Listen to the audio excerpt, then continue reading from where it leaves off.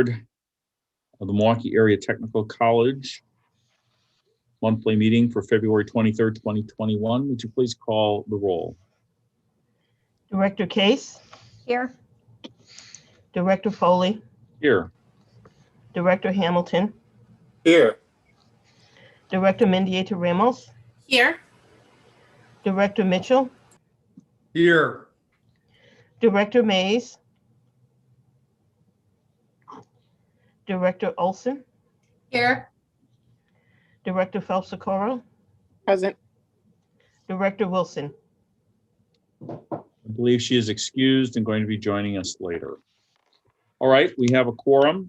Are we in compliance with the open meetings law?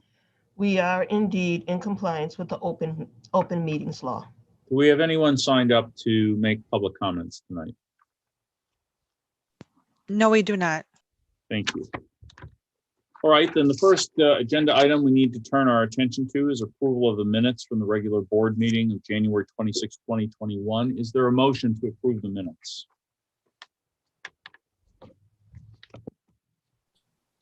Director So Case, moved. so moved. Second. Okay, please say your name when you're making motions in seconds so that the record reflects it. So I have Director Case moving, and I think it was Director Phelps-Socorro, is that right? Correct. On the second. Any discussion about the minutes? There being none, we have a motion from Director Case, a second from Director Phelps-Socorro. Would all those in favor of approving the minutes as submitted indicate that by saying aye? Aye. Aye. Aye, it's unanimous. Minutes are approved. Next is approval of the consent agenda items. I'm going to ask, as we have been doing recently, for a single motion for approval of them all and a second, and then we will go through them individually to see if there are specific comments or questions. Is there a motion for approval of the consent agenda items? So moved, Director Olson. Thank you. Is there a second? Second, Director Mendieta Ramos. Okay, we have a motion from Director Olson, a second from Director Mendieta Ramos. Any questions, comment, or discussion about the January bills? Any comments, questions, or discussion about the financial report from January 2021?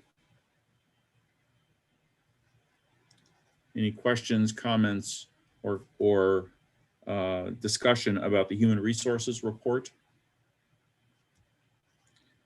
Questions, comments, or discussion about the procurement report? Are there any questions, comments, or discussion about the quarterly affirmative action report? There being no discussion, we have a motion from Director Olson, a second by Director Mendieta Ramos. Would all those in favor of approving the consent agenda items indicate that by saying aye? Aye. Aye. Aye. Aye. Any opposed? The consent agenda items are approved. Next is the first board action item, Resolution F0170-02-21, authorizing the sale of $1.5 million general obligation promissory notes, Series 2020-2021I of Milwaukee Area Technical College District, Wisconsin. Is there a motion to approve?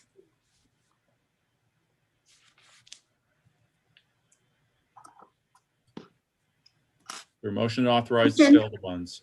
Motion to approve. Thank you, Director Mays. Second, Director Case. Thank you. We have a motion and a second. Mr. Meehan, are you here? I am. There you are. Would you please tell us about the sale? I'd be happy to. Good afternoon, everyone. We did conduct the bid opening this morning based on previous direction of the board. What a difference a month makes. We last month, I think we had 7 bidders for the $1.5 million issue, and today we had 2 bidders. Only 2 showed up. The winner is Fidelity Capital Markets, and they have purchased your notes in the past, so they're a familiar name. And actually last month they came in second.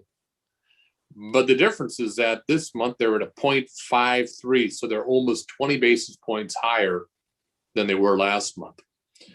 And then you have to stop and say, it's 0.53. You know, it's still It's still a great rate, but it is higher. And frankly, I'm glad we did that advance refunding last month of the taxable debt, because treasury rates have gone up, which is what those are priced against. So once again, Fidelity Capital is the winning bidder. The notes themselves are dated March 10th. So that's when the funds are transferred to METC. The repayment is June 1 principal, 22 through the year 25, matches your existing principal payments. Interest starts this first June 1. That's first interest payments. They're non-callable, and the rating is confirmed at a AA1. As far as how it blends in with your existing debt service payments and projected payments, the average interest rate is a flat 2%. So we're still well within projected levy needs. We're right on track. We have the next series, which we're going to be considering the initial resolution, will be sold on March 23rd. And the Moody's credit report is exactly the same as the month before. No change in language from the month before.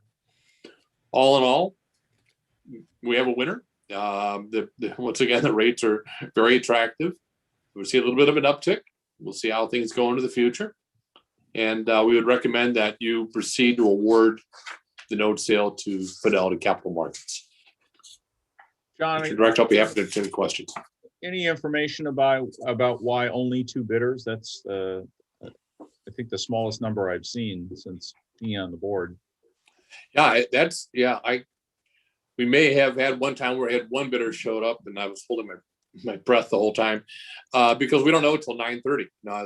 Right going into the bid opening, people have right up to the last minute to sign up. You could fax us a bid if they want. But I think right now the reason we have 2 bids is we have seen in the past week a run up in interest rates, and it's every day a couple of basis points. So anyone who is bidding would better have a place to go with it, because tomorrow morning the rates could be higher and they could lose money. To that point, the cover bid, the second place bid, was almost 30 basis points higher. So they had nowhere to go, but they were covering their bets, and you were welcome their bid, but it was a throwaway bid, as they call it. I think right now people are seeing the rates continuing on a short term, and long term, going up a little bit every day. We'll see where it levels out. Anyone else have questions? There being none, we have a motion from Director Mays, a second from Director Case to approve Resolution F0170-02-21. Would you please call the roll?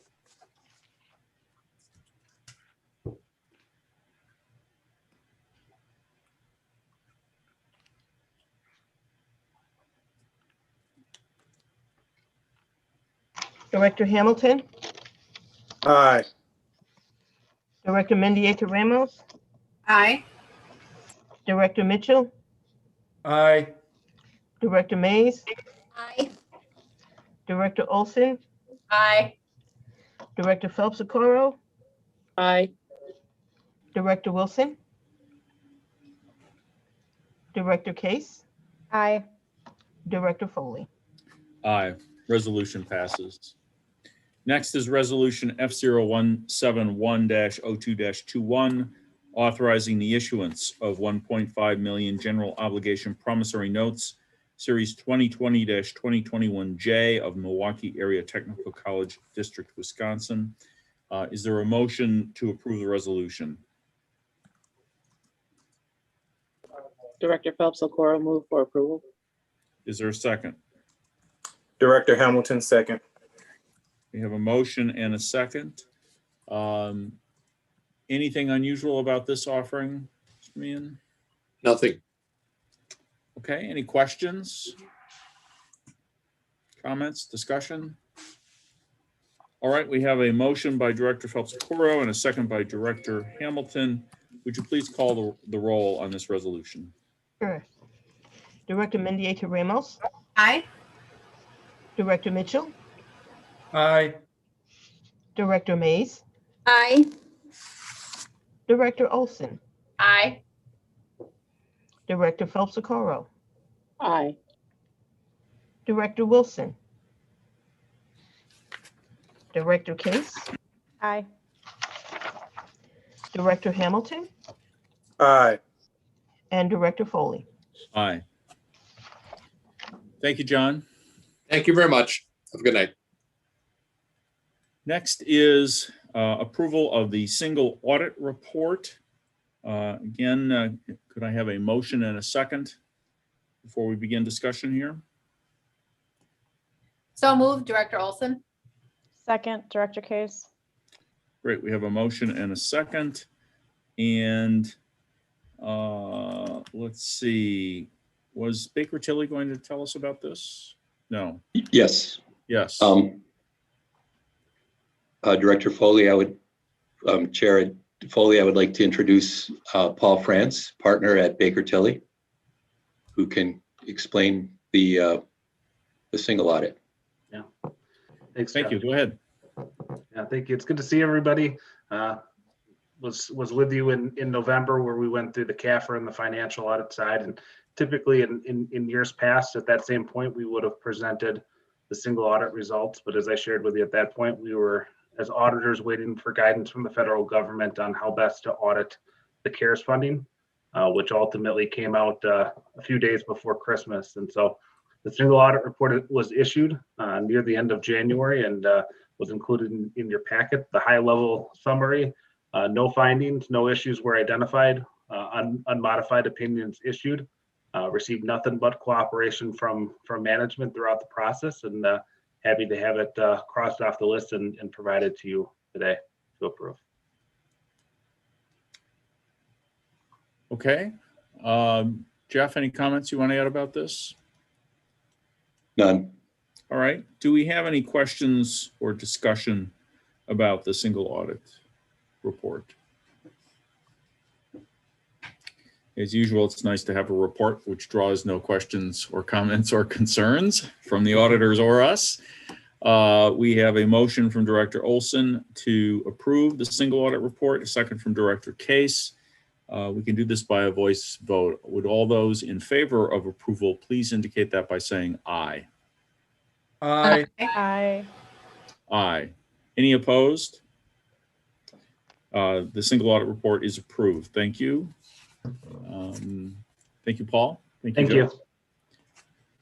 you. Next is approval of policy F0900, Standard of Academic Success and Financial Aid Eligibility. As a reminder, we had an opportunity to review this policy last board meeting, and now we are being asked to approve it. Could I have a motion and a second to approve policy F0900?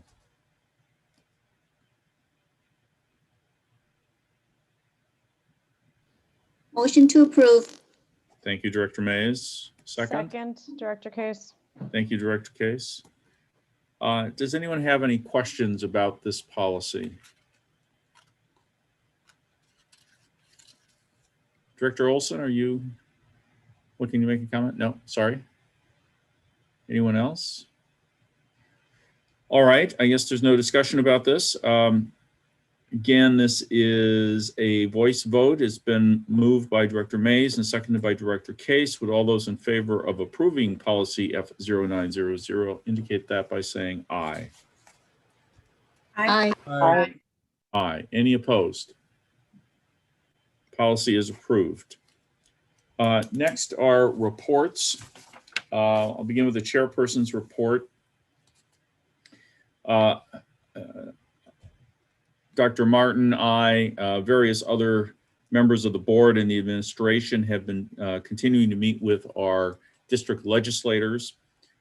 Today, we had the opportunity, unfortunately, I wasn't able to participate, but today we had the opportunity to meet with newly elected State Senator Julian Bradley and U.S. Senator Ron Johnson. Tomorrow at 10:30 a.m., we are scheduled to meet State Senator LaTanya Johnson. And on Thursday at 2 p.m., we are meeting with U.S. Senator Tammy Baldwin. Meeting invitations have been sent to you. If you'd like to participate, please let Beth know. And if you need Zoom meeting links to be resent, also please let Beth know. On March 30, 2021, the MAT District Board appointment meeting will be held. Three positions that are up for appointment this year include the additional member, currently Director Phelps Okoro, an employer with 100+ employees, manufacturer, currently Director Case, an employer with 100+ employees, currently myself. Applications for positions on the board are due this Wednesday, tomorrow. So if you haven't already, please get them in. The board is cordially invited to a virtual legislative breakfast on Friday, February 26th from 8:30 a.m. until 9:30 a.m. via Zoom. Your attendance is encouraged as a show of support for MAT's efforts to ensure continued student success. I believe Dr. Martin is chairing that. And that is the end of the chairman's report. Dr. Martin, can you give us the president's report, please? Hey, thank you. And good evening, board members, faculty, staff, students, and MATC community. I'd like to give you a status update on the comments you heard at the last meeting from a part-time faculty representative who had concerns about college employment. There was a meeting held on February 15th with the leadership teams of the college and Local 212. It was facilitated by Dr. Nadine Gonzalez de Jesus. Data was presented by the college around declining enrollments, section enrollments, professional assignments, overloads, and so forth. Year-to-date budget information was also provided, as well as human resource implications of adding part-time assignments. More information needs to be gathered and more meetings will be scheduled. Once a definitive response is found, I will share that information with you as an update. On January 27th, my MQ partners, UWM Chancellor Mark Money and MPS Superintendent Keith Posley and I presented a live webinar called Closing Equity Gaps So More Students of Color Succeed, facilitated by Dr. Eve Hall. We had the opportunity to highlight the work we are individually and collaboratively doing as the MQ group. I was invited by Representative Kaylin Haywood II, co-chair, to represent MATC, and this just happened yesterday, it feels like a week ago, for the Assembly Speaker's Task Force on Racial Disparity, Subcommittee on Education and Economic Development. I'd like to recognize and thank Dr. Christine Mannion and Janice Falkenberg for participating and presenting on my behalf, since I could not attend. It gave us the opportunity to share information and demonstrate the importance of MATC's role in this regard. They each had a question on the committee, and we'll have some more follow-up information for them that they asked for. I wanted to share with you that there have been concerns expressed by individuals and an organization inside our college about race issues at MATC. I also want you to know that we are committed to ensuring that our college environment is free from racism, discrimination, harassment, and bias of any kind. The concerns brought forth are concerning to us, and we take these matters seriously. We remain intentional in our efforts to maintain a learning and working environment where staff, faculty, and students feel safe and supported in their personal and professional development. We have employed institutional initiatives to ensure that all feel welcomed and so that all voices can be heard at MATC.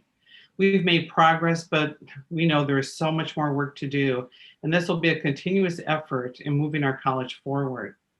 Our new Vice President of Human Resources and a new DEI executive partnering with other employees at the college and leaders who have taken on the work of DEI initiatives really provide hope for a meaningful and sustainable change over time. I have made numerous public and private statements of my commitment to support DEI efforts at our college and change our culture in this regard. So with that, I'd like to introduce our Vice President of Human Resources, Elle Bonds, to talk more in depth about some of the specific initiatives underway under her leadership. Elle? Thank you, Dr. Martin. So our HR team is doing a lot of the work that is involved with having a lens for DEI in all of our practices and strategies. Dr. Martin has mentioned a few things that we're doing to improve our workforce, ensuring that the things that we implement are equitable and that they offer an opportunity for us all to be successful at MATC. We know that we're a unique institution, one of the few with over 40% minority employee population, and that's huge. It's progress, but like Dr. Martin said, we know it's not enough. having employee diversity isn't enough. We need to have inclusion. We need to have a seat at the table. We need to be heard. We need to feel welcomed and safe, and we need to have fair and equitable practices, because what we know is that when that ideology is embraced by all of us, it's going to shift our culture, and we'll have a more engaged workforce, and all of that translates to positive student experiences.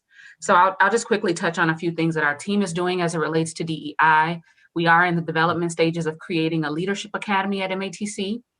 The academy is not just for current supervisors, but it's going to be set up as an umbrella model that offers programs, cohorts, coaching, and courses for any MATC employee, regardless of where you are in your career. So if there's an individual contributor, so someone that doesn't have direct reports, not considered a supervisor, and they desire to move up in the organization, we look to build a cohort type model with development that prepares them for the next level as a team leader or frontline supervisor.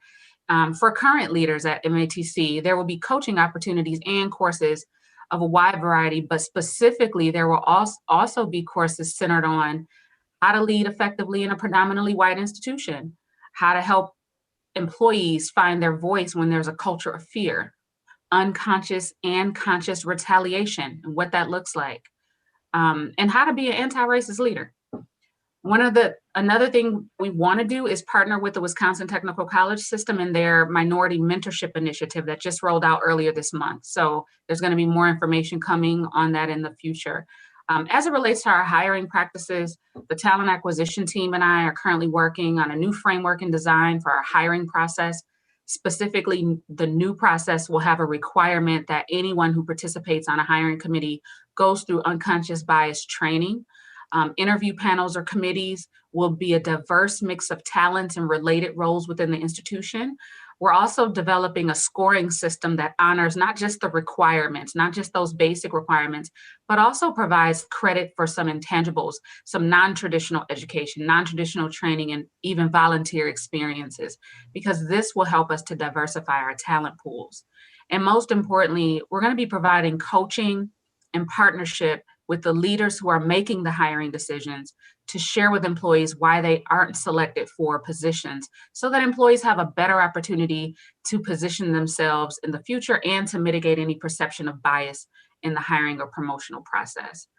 This is just some of the work that we're doing in our areas to support DEI, and we hope to have it ingrained in our practices so that it's woven into the fabric of what we do.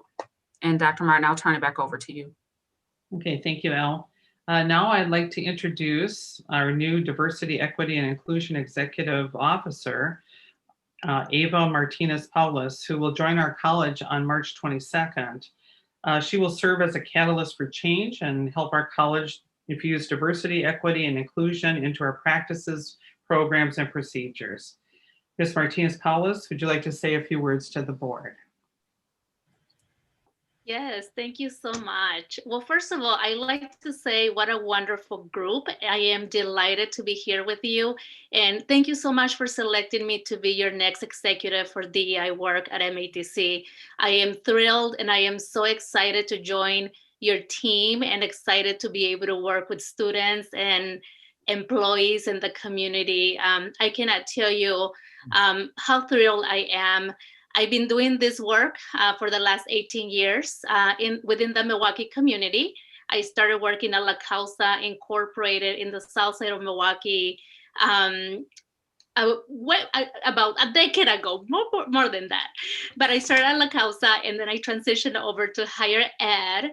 And I've been at Marquette University for the last 14 years, and I am ready to and happy to be joining the dream team at MATC after hearing all the wonderful things that have been going on and also the work that still needs to get done at MATC. I am so happy to and thankful and grateful to just be able to be part of this amazing team that is ready to take diversity, equity, and inclusion to the next level. So thank you again for that. And I look forward to working in collaboration with all the senior leaders at MATC, but then also with everyone, basically everyone, including creating partnerships with internal stakeholders and external stakeholders. With that, I just like to say, and again, express my gratitude. Thank you to Dr. Vicky Martin for giving me this opportunity, and I look forward to working with everyone. Thank you, Ava. Appreciate it. Looking forward to you starting in March. I would now ask that Dr. Nadine Gonzalez de Jesus introduce Dr. Sarah Adams. Thank you. I am pleased to announce that Dr. Sarah Adams will serve as the college's interim vice president of enrollment. You may know her as she has served the college for more than 30 years. Dr. Adams, would you like to please say a few words and introduce yourself to the college board? Thank you.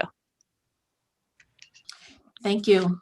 As Dr. Nadine said, my name is Sarah Adams, and I've been at the college for approximately a little bit over 30 years.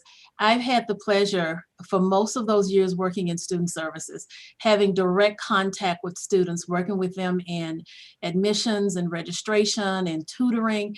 And it has just simply been an experience. And I just want to share something really quickly to let you understand why I have such a passion for our students. When I first started at MATC, I was in our tutoring program, and there was a young lady that I used to work with all the time. And one day she was in the hallway crying, and I came up to her and I asked her what was wrong. And she was having a bit of a hard time in her class, but she said, "I am not going to stop." She said, "My husband passed. I've been on receiving welfare and aid, but I do not want to bring my daughters up on welfare." That spoke volumes to me. And she did go on and she did complete her program. But I have had the opportunity of working with not only that student, but other students like that. And that has given me the passion I have for serving our students. Thank you. Thanks so much, Sarah. Sarah's been here about as long as I have, and we've had the opportunity to work on a couple initiatives together. We are very fortunate to have such talented leaders with us right now. So thank you, Sarah, and thank you, Ava, again. I also want to thank all the employees who served on the interview committees and provided feedback to us. Really appreciate it. And that concludes my report. Thank you. Any questions of Dr. Martin from the board about her report? Okay, let's move on to the District Student Senate report. Is Brandy Martin with us? I don't see Brandy.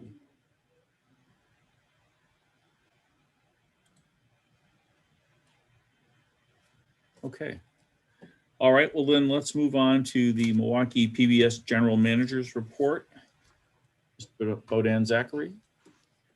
Good afternoon, Chair Foley, MATC board members, Dr. Martin, faculty, staff, and members of the public.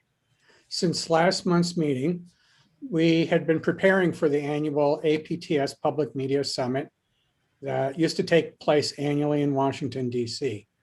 The event launched yesterday virtually and included speakers like Senator Chuck Schumer, who lauded the impact of public television on American life.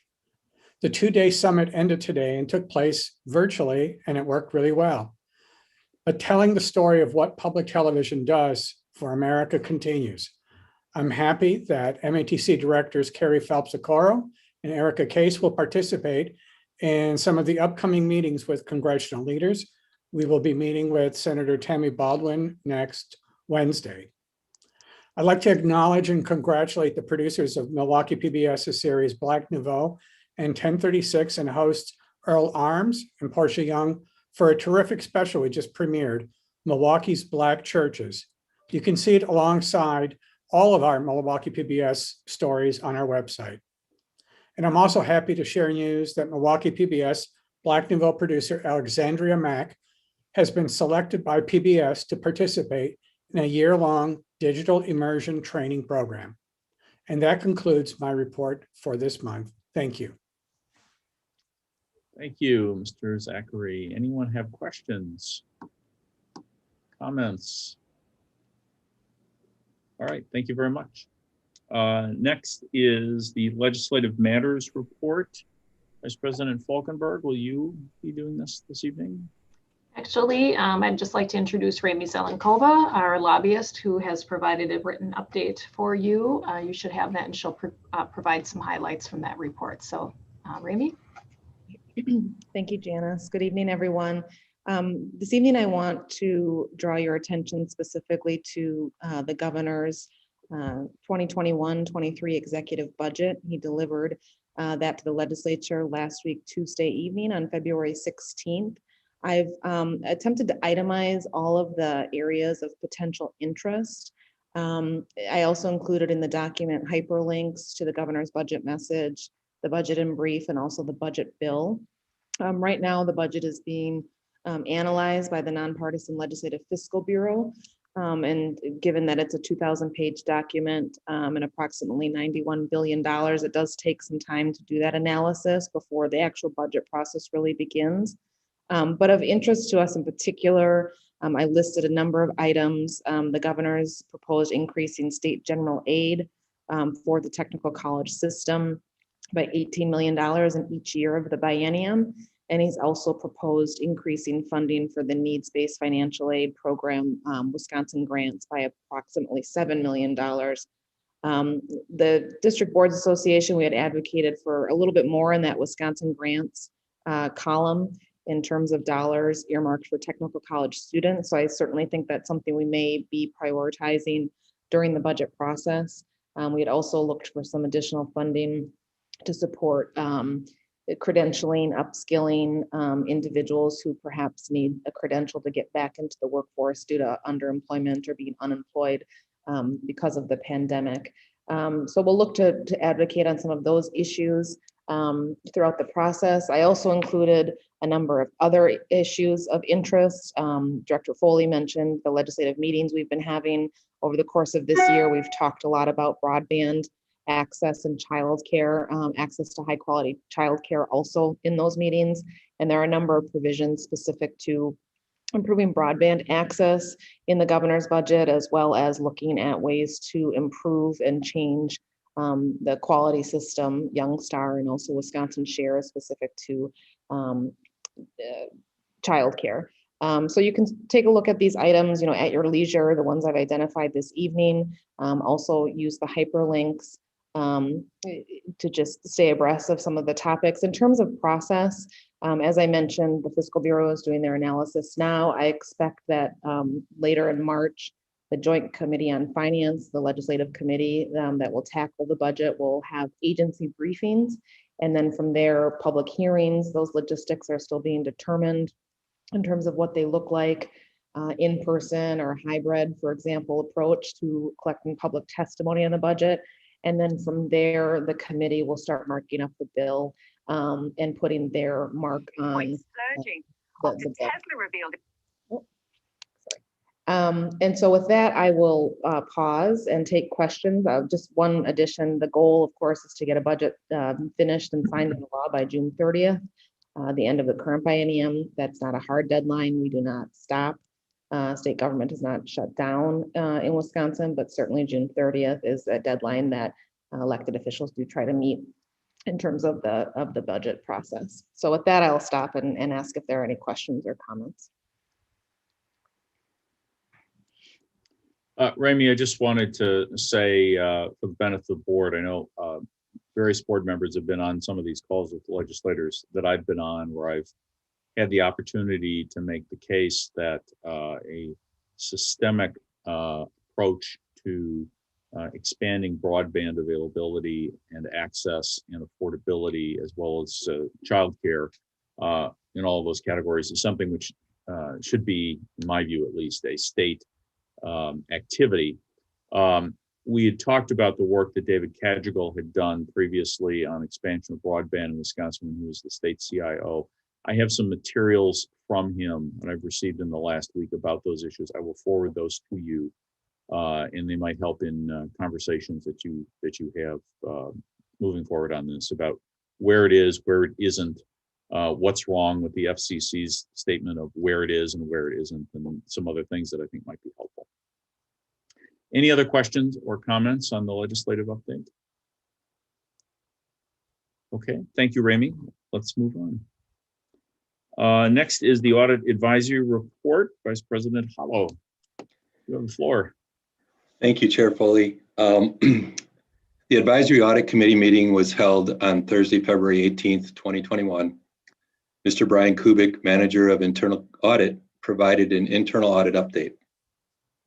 Ms. Kristen Ducato, Assistant General Counsel, provided the committee with a review of the annual conflict of interest results for fiscal year 2021. The returns that we received were about 67.5%, which is considerably lower than what we've received in the previous year, which was in fiscal year 2020, we received 98.3% of those documents.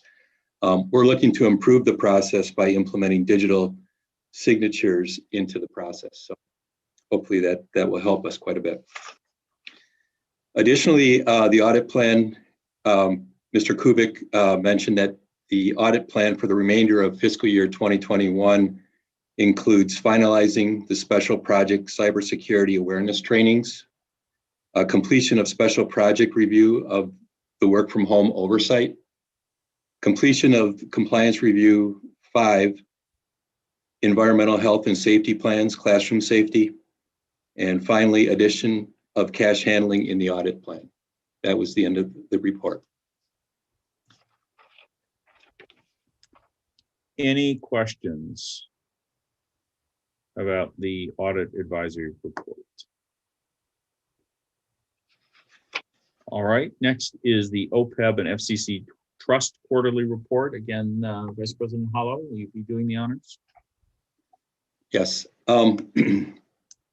This report was provided for the quarter ended 12/31/2020. And you can see on the left-hand side, this is the FCC Spectrum Trust portfolio summary. And on the left-hand side, you can see the asset allocation, the numerics, the total value of the trust as of 12/31 was 105,745,515. As of today, the value is 110. As of, I should say, close of the market yesterday, it was 110 million. So there's considerable upward movement. And on the right side, this is kind of a graphical illustration of the performance. The beginning value as of the beginning of the quarter, and at the end of the quarter, and it also talks about, and it shows the since inception. I don't know if you remember several years ago, I think it was 2017, the value was 84,931,314. You can see the ending value. So I'll just pause if there's any questions about this report on the FCC Spectrum Trust.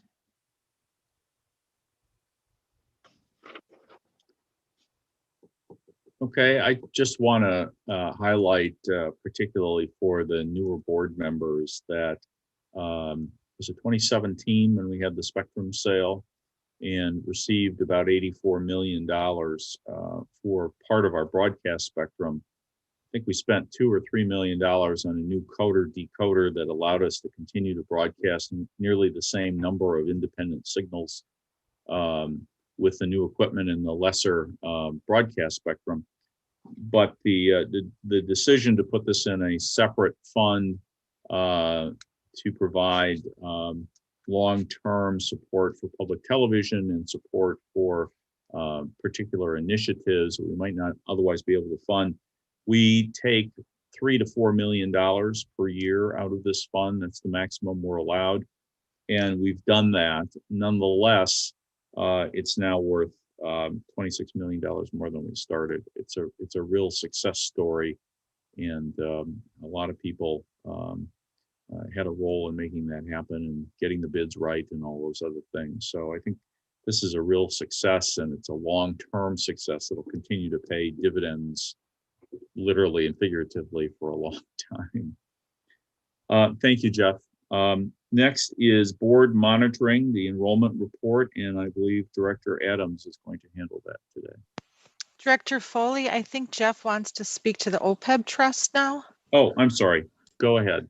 Yeah, okay. The OPEB trust, otherwise known as Other Post-Employment Benefits Trust, many, many years ago, there was money that was put into a trust to cover post-employment benefits, in the future. And so this is the trust that we have.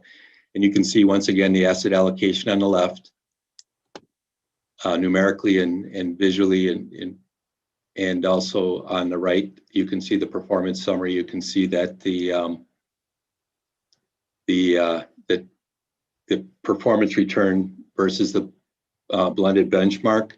The benchmark is if we were to just, so the performance is beating the benchmark, which wasn't the case a while back.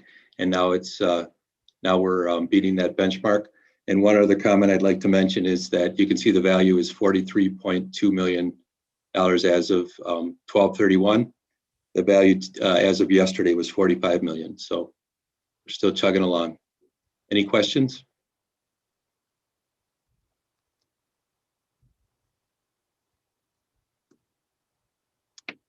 Okay, thank you, Jeff. You're welcome. That is everything before we move on, right? Okay. Next is the enrollment report. Dr. Adams. Okay, thank you. Okay, I do have a graph I think that Beth will be putting up, but I just wanted to go through the enrollment for the academic year and specifically for the spring semester. When we look at our summer enrollment, we did achieve 104% of our goal. For our fall enrollment, we achieved 92%, and currently we're in our spring enrollment period, and we are at 83.6%. Now, this is an increase of 4.6% from the report in January, so we have gone up some. Our total budgeted goal for the year to date is 88.9%. So we are within 1,005 FTE goals, 1,005 for the FTE goal. We do have several initiatives and things that we have in play to help us meet the goal. We have 8-week classes that will be starting within the next week and a half.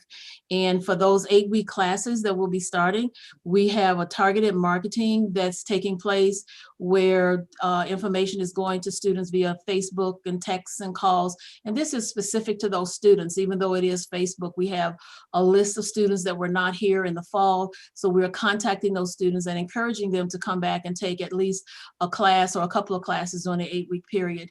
We have specific outreach that's being performed by our pathway offices.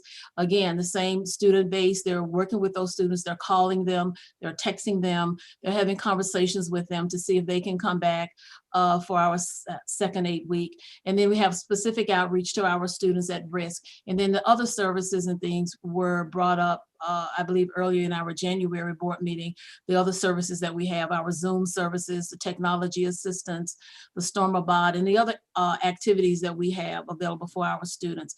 So overall, we're making a concerted effort to contact our students that were here in the fall that have not returned in the spring, and we're doing that via all modes of communication. We're using Facebook, we're using texts, we're using emails, phone calls to get in touch with those students. So to see if they're able to come back and to take classes during our 8-week session. So it'll be a little bit before we know what our final is going to be for the spring semester because we're still making this push to get more students to enroll. At this time, our Executive Director of Financial Aid was going to come on board and provide information regarding what financial aid is doing in conjunction with our recruitment area. Al was having a few connection problems, so I'm not sure if he's able to. I just can't, my camera won't come on, but I can talk if you guys hear me. Yes. Okay, great. I apologize about the camera piece of it. But yes, we are working diligently with the recruitment area to extend our presence out in the community. And some of the things we're doing is just last week, we started what we call a MATC Live Financial Aid 101. And that's where individuals would have the opportunity to speak with some of our specialists regarding applying for financial aid and some of the things that you go through in filling out the FAFSA application I just want to mention on a side note that the FAFSA seems to be a point of contention with a lot of individuals when they fill it out. But on a brighter note, in the 23-24 financial aid award year, FAFSA is coming out with a simplified application, and it's going to be a lot easier, less time consuming to complete the FAFSA, and most of the information will actually be downloaded from the IRS on the application. So it makes it a little less threatening to complete the application. So that's coming up in a couple of years.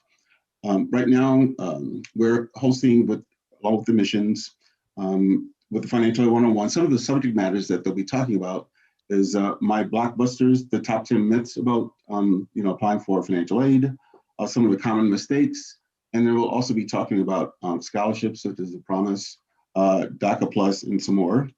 And then from a larger standpoint, the community-based organizations will be out helping them complete or talking to students who are completing the GED and HSED completers. We'll be going out and providing financial aid information as relates to if you're taking courses within your GED, but you're also taking post-secondary classes at the same time. That's the opportunity for them to apply for financial aid and get assistance to complete that program as well. So we are extending our arm a little bit more than we were before. Now we're getting staff to help us do that. We're just going to make a bigger presence in the community in the future. Thank you. And that concludes our report.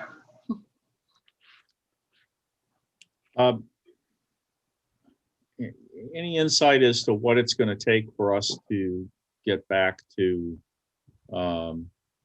goal, back to where we were before the pandemic yet? Are we going to have to ride this out? Do we think that the availability of the vaccine will be enough? Do we have to wait for the economy to recover? What do you think we're looking at here over the next year? I think all of that is playing a role, but one thing that we are doing is we're seeking the input of our students for them to tell us what it is that they need. One example will be some of the classes that we've had students have struggled with in doing virtually online. So they've taken a look at that information, and now they'll be offering some of those classes face-to-face during the summer. So that's one opportunity that students will have, because it was a difficult transition for some of our students to go all virtual. Mm-hmm. So I think with us taking the opportunity to get our student input, that's going to let us know better how to shape what we need to do in order to move forward. Any other questions about the enrollment report? Okay, next, let's move on to the Pathways presentation for Community and Human Services. Dr. Dakwar, is there anything you want to present about it beyond what was in the materials that were handed out? No, this has been made available to the board members, and we'll be glad, I and the Dean of the Pathway will be happy to address any questions that you may have. Any questions from the board about this pathway? Okay, thank you, Dr. Dakwar. Thank you. Is there any new business tonight? There being none, let's see, future events and announcements. The APTS Public Media Summit is happening today and yesterday. I guess it's a little late for that, but the next district board meeting is March 23rd at 2021 at 4 p.m. Same time, same place, same Zoom channel. Anything else before we adjourn tonight? Is there a motion to adjourn? So moved, Director Olson. Thank you, Director Second, Olson. Director Case. Thank you, Director Case. All in favor, say aye. Aye. Aye. All those wanting to stay another hour, say nay. Nay. Nay. Thank you. We are adjourned. Thank Thank you. you all. Thank you. Good night.